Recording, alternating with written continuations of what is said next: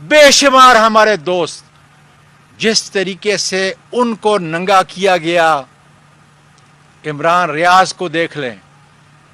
آج اگر یہ روش ہے، اگر عدالت عظمیٰ اس کے اوپر جو ہے تحقیق نہیں کرتی، ہم تو یہ کہہ رہے ہیں کہ دیکھیں کیا جرم کیا ہے اور اس کی پاداش کے اندر کیا سزا مل رہی ہے.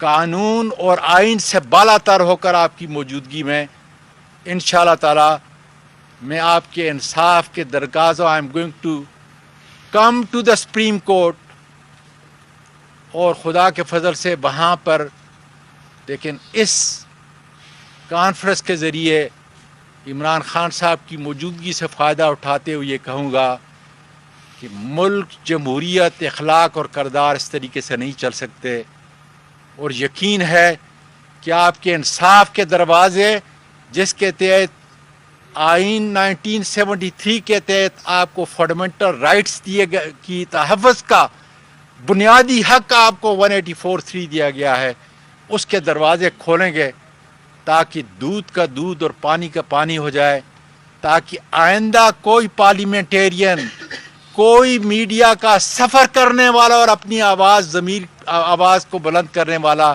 یا کوئی جج کم از کم اس کے کپڑے جو ہے دوبارہ نہ ملے، دوبارہ جو ہے اس کو وہ شرمندگی نہ اٹھانی پڑے. جی بہت شکریہ. میں دو چیزیں ایڈ کرنا چاہتا ہوں. ایک یہ کہ اعظم سواتی کے جب یہ اندر آئے ان کے گھر کے اندر کوئی وارنٹ کے بغیر دیواریں پھلانگ کے گھر میں آئے، ان کو بچوں کے سامنے یہ جو ابھی بات کر رہے ہیں یہ خاص طور پر سوچ کہ ہمارے کب معاشرے میں یہ چادر اور چار دیواری کی رسپیکٹ نہیں تھی. ہمارا تو فیملی سسٹم ہے. بچوں کے سامنے مارا ان کو. جرم کیا تھا جی؟ تنقید کر دی جی کسی بڑے آدمی کی. کون سا ملک یہ اجازت دیتا ہے کہ ایک تنقید، ٹویٹ کی تنقید کے اوپر یہ کیا جائے؟ کون سا قانون اجازت دیتا ہے؟ لیکن جو سب سے جو خوفناک چیز ہے کہ انہوں نے پکڑایا ان کو کسی اور کے حوالے کیا. وہ لوگ کون تھے؟ کیا ان کو جب میں یہ چاہتا ہوں کہ چیف جسٹس بلائے ان لوگوں کو، یہ ایف آئی اے کو بلائے اور پوچھے کہ کس کے حوالے کیا گیا تھا جنہوں نے پکڑ کے ننگا کر کے ان کو مارا. اور بالکل وہی ہوا جو شہباز گل سے ہوا. اس کو بھی پکڑا دیا کسی کے حوالے، انہوں نے جا کے کوئی 1.5 دن رکھ کے اس کو مارا اور ننگا کر کے. جمیل فاروقی سے بھی یہی ہوا. سوال یہ ہے کہ کیا یہاں ایسے لوگ ہیں جن کے لیے کوئی پاکستان کا قانون نہیں، اس کی کوئی حیثیت نہیں ہے؟ کیا وہ جو مرضی چاہے اس ملک میں کر سکیں؟ اور اگر آپ یہ اجازت دے دیتے ہیں لوگوں کو کرنے کے لیے تو اس کا مطلب کہ ملک تو بن گیا بنارا ریپبلک. یہ تو بنارا ریپبلک ہے، یہی تو ہے. آپ نے کسی کو فیصلہ کیا، اچھا جی وہ چیز اس کی پسند نہیں ہے، اس کو پھینٹا لگا دو، اس کو ذلیل کر دو، لوگوں کو ڈرا دو. بات یہ کہ کیا اداروں کی اس سے کوئی عزت کرتا ہے؟ کیا یہ جو یہ کر رہے ہیں کیا قوم عزت کرے گی اداروں کی؟ نفرتیں بڑھیں گی. اپنے ملک کے اندر ہی آپ نفرتیں بڑھا رہے ہیں. اور مجھے ابھی بھی حیرت ہے کہ یہاں ہماری کوئی سارا نظام بس کوئی ایسے نامعلوم افراد ہیں، وہ جو مرضی کریں، سب ڈرتے ہیں ان کا نام لیتے ہوئے، پوچھتے ہوئے. سب کو ڈر لگا ہوا ہے. سوشل میڈیا کے لڑکوں نے مجھے بتایا پنجاب میں ہماری گورنمنٹ ہے، وہاں آتے ہیں جی جب کسی کو اچھا جی اس نے سوشل میڈیا میں کوئی ٹویٹ کر دیا، اٹھا کے اس کے لے کے اس کو مار پینٹا لگا کے اس کو اگلے دن گھر پہ لے آتے ہیں. لوگوں کو اٹھاتے ہیں، انہیں کہتے ہیں جی عمران خان کے خلاف سٹیٹمنٹ دو. اعظم سواتی سے پوچھ رہے ہیں جی اچھا بتایا عمران خان نے آپ کو یہ کیا کرنے کے لیے؟ اس کو گل کو بار بار کہتے رہے کہ جی کہو کہ یہ عمران خان نے تمہیں کیا کرنے کے لیے. یہ کون لوگ ہیں؟ یہ اس ملک کو فائدہ نہیں پہنچا رہا ہے. یہ ملک کے دشمن ہیں. یہ ہمارے ملک کو تباہ کر رہے ہیں. ان حرکتوں سے نہ کسی ادارے کی عزت بڑھتی ہے، نہ اس ملک کے اندر کسی قسم کی جمہوریت آگے بڑھتی ہے. لوگوں کی آزادی رائے کو اس طرح بند کر کے کبھی کسی کو عزت نہیں ملی. یہ معاشرے کی تباہی کی طرف ہم لے کے جا رہے ہیں، اور سارا کیا کس کے لیے جا رہا ہے؟ بڑے بڑے جو اس ملک کے جرائم پیشہ لوگ وہ آ کے آج اوپر بیٹھ گئے ہیں. فائنانس منسٹر کون ہے؟ کنفیشنل سٹیٹمنٹ دی ہے اس نے کہ میں شریف خان کے لیے منی لانڈرنگ، شریف خاندان کے لیے منی لانڈرنگ کرتا تھا. ہدایبہ پیپر مل میں اس کی کنفیشنل سٹیٹمنٹ ہے. اس کے اوپر BBC فلم بنی ہوئی ہے، وہ قاضی فیملی جو لنڈن چوری کر کے پیسہ وہاں بھیجتا تھا. اور یہ جو ہے شہباز شریف، اس کو اور اس کے بیٹے کو انڈر ٹرائل تھے، سزا ہونے والی تھی ان کو 16 ارب روپے کے کیس پہ، وہ جو FIA کا کیس تھا. نواز شریف وہ بیٹھ کے فیصلہ کر رہا ہے، مفرور ملک کا مجرم ہے، وہ باہر جا کے ملک کے فیصلے کر رہا ہے. جی آرمی چیف بھاگے جا رہے ہیں، اس سے فیصلے لے رہے ہیں. زرداری اس کے کیسز معاف ہو رہے ہیں. یہی نون لیگ نے اسے 2 دفعہ جیل میں ڈالا تھا چوری پہ، آج اس کے ساتھ ملے ہوئے کیسز معاف ہو رہے ہیں. میں تمام سینیٹرز کو، تمام پارلیمنٹیرین کو اور تمام وکلاء کو، میں سینئر وکیل ہوں. رشید رضوی، فاروق نائک، یہ میرے کلاس فیلو تھے، گولڈ میڈل میں نے لیا. امریکہ کے اندر ٹیکساس سپریم کورٹ میں نے وکالت کی.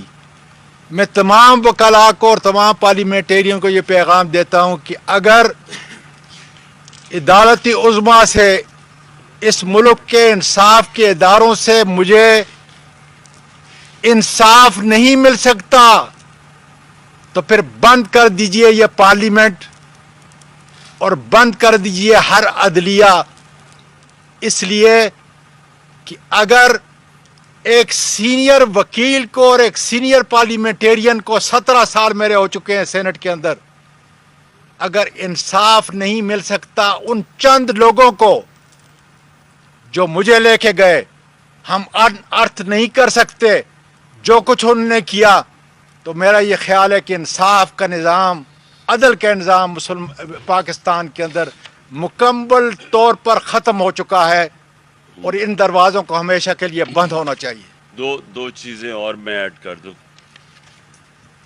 صالح محمد کو انہوں نے کل پکڑا، پولیس نے، کس چیز کے لیے؟ جی پروٹیسٹ کر رہا تھا باہر. پروٹیسٹ کس کر رہا ہے کہ یہ ایک بددیانت دار الیکشن کمشنر نے جو فیصلہ دیا ہے، یہ کسی بھی قانون، کسی وکیل سے پوچھ لیں کہ کبھی اس طرح کا احمقانہ فیصلہ کوئی دے سکتا ہے؟ کسی سے پوچھ لیں. اور اس کے پروٹیسٹ کر رہا ہے، اور اس کے اوپر یہ صالح محمد کی تصویر ہے. اس کے گلے میں انہوں نے اسلام آباد پولیس نے وہ ڈالا ہوا ہے جس طرح کہ یہ کوئی ملک کا بڑا مجرم ہے. یہ MNA ہے جس سے انہوں نے یہ بھی تصویر کھینچائی ہے. اور میں دوسری چیز کہنا چاہتا ہوں کہ مجھے اپنی ٹیم کو خاص طور پہ آج مبارک دینا کہ FATF میں پاکستان کو جو گرے لسٹ میں ڈلوایا تھا انہوں نے، نون لیگ نے، اس میں سے میری ٹیم، جس میں حماد اس کے کیپٹن تھے، حماد اظہر، اور سارے اداروں نے مل کے ٹیم ورک کر کے بڑی محنت سے، اور یہ بڑی پاکستان کے لیے خوشائن چیز ہے کہ آج ہم FATF سے نکل گئے. سے ہوں، میرا 2 پارٹ کوشچن ہے آپ سے. ایک طرف ملک کا سیاسی ٹیمپریچر جو ہے بہت زیادہ ہے، دوسری طرف شہباز شریف تواتر کے ساتھ، تسلسل کے ساتھ یہ کہہ رہے ہیں کہ ہم مذاکرات کرنا چاہتے ہیں. آج پاکستان پیپلز پارٹی کے ایک رکن نے، ایک عہدیدار نے یہ کہہ بھی دیا کہ مذاکرات ہو بھی رہے ہیں. آپ سے ایک تو تصدیق کرنا چاہوں گا. دوسرا سر، جو آپ خود یہاں پہ اسی نشست میں فرما چکے ہیں کہ مذاکرات ہو رہے ہیں لیکن ہو بھی نہیں رہے، تو سر قوم یہ جاننا چاہتی ہے، جن حلقوں میں ہم گھومتے ہیں، کہ کتنے % آپ پر امید ہیں کہ جو بیک ڈور پہ مذاکرات ہو رہے ہیں اس سے بغیر لانگ مارچ کے نتیجہ نکل سکتا ہے؟ Thank you. دیکھیں، مذاکرات خیر بیک ڈور چینل سے تو بات چیت ہمیشہ ہوتی رہتی ہے، پولیٹیکل پارٹیز ہمیشہ بات چیت کرتی ہیں، لیکن مجھے کوئی نہیں نظر آ رہا کہ اس کا کوئی نتیجہ نکلے گا، کیونکہ مذاکرات کس چیز کے لیے، ہم نے کس چیز کے لیے کرنے ہیں؟ ہم الیکشن چاہتے ہیں، الیکشن چاہتے ہیں ملک کے لیے، الیکشن چاہتے ہیں کہ یہ چور جو اپنے سارے بار بار کیسز ختم کرتے جا رہے ہیں، 1100 ارب روپے کے ملک میں ڈاکہ جو مارا وہ کیسز سارے نکال رہے ہیں، ملک نیچے جا رہا ہے، تو ہم الیکشن چاہتے ہیں۔ آج آپ دیکھ لیں برطانیہ میں صرف آپ کو مثال دے رہا ہوں، برطانیہ کے اندر وہ ان کی پرائم منسٹر نے ریزائن کر دی ہے، کنزرویٹو پارٹی کی میجورٹی ہے، وہ کوئی سازش کے تحت نہیں آئے، وہ ایک پورے الیکشن پروسیس سے آئے ہوئے، بھاری اکثریت ہے ان کی، اپوزیشن کہہ رہی ہے الیکشن کرواؤ، حالانکہ صرف ان کی اندر پارٹی کی ایک پرائم منسٹر نے ریزائن کیا تو دوسری الیکٹ ہو سکتا ہے۔ یہاں سازش کے تحت آئے، 25 کروڑ روپیہ وہاں سندھ ہاؤس کے اندر پیسہ چلا، جنہوں نے لوٹے بنائے، الیکشن کمیشن کو کوئی فکر نہیں تھی تب کہ اتنا بڑی کرپشن چل رہی ہے، آپ لوگوں کے ضمیر خرید رہے ہیں، اور پھر آگے اکانومی انہوں نے تباہ کر دی، اور پھر اپنے کرپشن کیسز بچا رہے ہیں جو کبھی ہوا ہی نہیں ہے، کہ یہ ہوتا ہی نہیں ہے جمہوریت میں کہ آپ قانون بنائیں اور اس سے خود ہی فائدہ اٹھا لیں، یہ ہوتا ہی نہیں ہے کہیں، وہ مذاق ہو رہا ہے۔ ہم اس لیے کہہ رہے ہیں الیکشن کرواؤ کیونکہ ایک ہی راستہ ہے اس وقت جب پاکستان تیزی سے دلدل میں نیچے جا رہا ہے، ایک ہی طریقہ ہے اس میں سے نکالنے کا، تو ہمارے لیے کوئی مذاکرات صرف ادھر تک اہمیت ہے کہ الیکشن ہو، لیکن مجھے پورا یقین ہے کہ انہوں نے الیکشن نہیں کروانے،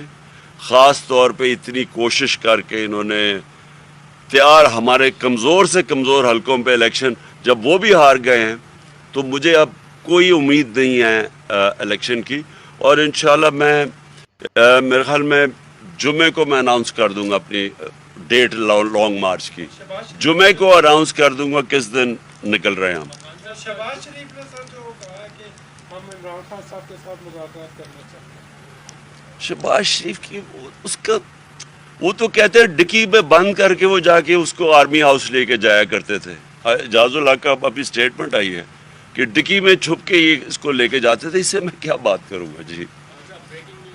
اسی پریس کانفرنس کے دوران ہی کہ ایک اور مقدمہ آپ کے اوپر ہو گیا، آپ کہتے ہیں کہ کوئی رہ تو نہیں گیا، ابھی ایک دام قتل والا رہ گیا تھا تھانہ سیکریٹریٹ میں، وہ بھی ہو گیا، تو 24 کے قریب مقدمات میں ضمانتیں آپ لے چکے ہیں، اب یہ کب تک سلسلہ جاری رہے گا آپ کی؟ جب تک لانگ مارچ کی کال نہیں آئے گی تو آپ کو تو یہ پکڑنے کی پوری کوشش کرتے رہیں گے، نیا مقدمہ درج ہوتا رہے گا، ابھی الیکشن کمیشن والا بھی باقی ہے، یہ جو نیا ہوا ہے تھانہ سیکریٹریٹ میں، اس تو میں کیا اگر یہ مجھے پکڑ لیں گے تو یہ لانگ مارچ نہیں ہوگی؟ یعنی کیا لوگ چپ کر کے بیٹھ جائیں گے؟ وہ تو دیکھیں اس وقت یہ ہے کہ ہم منظم طریقے سے پروٹیسٹ کرتے ہیں، ہم قوم کو اکٹھا کرتے ہیں، کبھی اتنے بڑے جلسے نہیں ہوئے، یہ میں چیلنج کرتا ہوں، یہ جو 55 جلسے ہوئے ہیں جو میرے 5-6 مہینے میں، یہ چیلنج کرتا ہوں کوئی ذرا دیکھے اتنے بڑے کبھی جلسے ہوئے پاکستان میں، تو قوم تو ادھر کھڑی ہے، تو کیا یہ چاہتے ہیں کہ منظم طور پہ احتجاج ہو، یا یہ چاہتے ہیں کہ پاکستان سری لنکا کی طرف چلا جائے یا کیوس ہو جائے؟ کیونکہ دونوں ہونا، اگر یہ منظم احتجاج کا راستہ روکیں گے تو کیوس ہو جائے گا، قوم تو تیار کھڑی ہے، قوم تو یہ ملک ہی بند ہو جائے گا، تو یہ فیصلہ کر لیں کیا چاہتے ہیں۔ سے سر میرے 2 سوال ہیں آپ سے، پہلا سوال کہ سینیٹر سیف اللہ نیازی، ان کے حوالے سے بھی آپ کی ایک سٹیٹمنٹ آئی، اس کے بعد پی ٹی اے کا کوئی بیان نہیں آ رہا، آیا وہ گھر واپس آ گئے ہیں، کہاں پر ہیں، کوئی تحریک انصاف کے وہ ظاہر سینئر رہنما ہیں؟ اور دوسری چیز کہ الیکشن کمیشن کی جانب سے جو فیصلہ آیا ہے، کیا الیکشن کمیشن کے اوپر حکومت کا دباؤ ہے یا کسی اور کا؟ کیونکہ آپ نے کہا ہے کہ الیکشن کمیشن جانبدار ہے۔ دیکھیں الیکشن کمیشن کی میں سیدھی آپ کو بات بتا دوں، یہ اتنا بزدل آدمی ہے، کیونکہ جو اخلاقی طور پہ آدمی کمزور ہوتا ہے نا، وہ ہوتا ہی بزدل ہے۔ اس کے کیسز بھی ہیں، جو پیٹرولیم منسٹری میں یہ سیکٹری تھا تب سے بھی اس کے اوپر کہانی ہے، تو یہ تو خود فیصلہ کر سکتا ہی نہیں تھا، یہ جو فیصلہ ہے یہ خود کر ہی نہیں سکتا تھا، یہ اس کو پیچھے سے حکم ملا ہے، اب پیچھے سے حکم خیر شریف خاندان کا تو سب کو پتہ، ان کا گھر کا یہ نوکر ہے، لیکن اور کس نے اس کو پیچھے سے بوٹ لگایا ہے، یہ اب یہ دیکھنے والی بات ہے، یہ انویسٹیگیٹ ہونا چاہیے، لیکن یہ خود نہیں فیصلہ کر سکتا تھا۔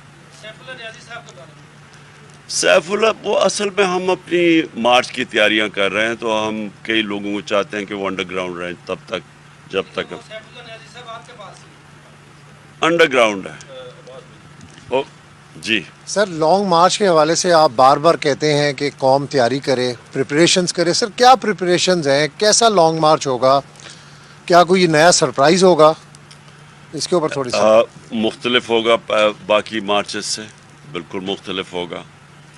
ہم اسپیشلسٹ ہیں مارچز کے، ہمیں پورا تجربہ ہے اس کا، لیکن مجھے جو اس میں سب سے بڑی اس باری مختلف چیز نظر آ رہی ہے کہ میں نے قوم کی کبھی بےتابی نہیں دیکھی مارچ کے لیے جو اس مارچ کی ہے۔ یعنی کیونکہ میں تو اپنے ایک انداز اپنی پوری پلاننگ کے تحت چل رہا ہوں نا، لیکن قوم اس وقت بےتاب ہے۔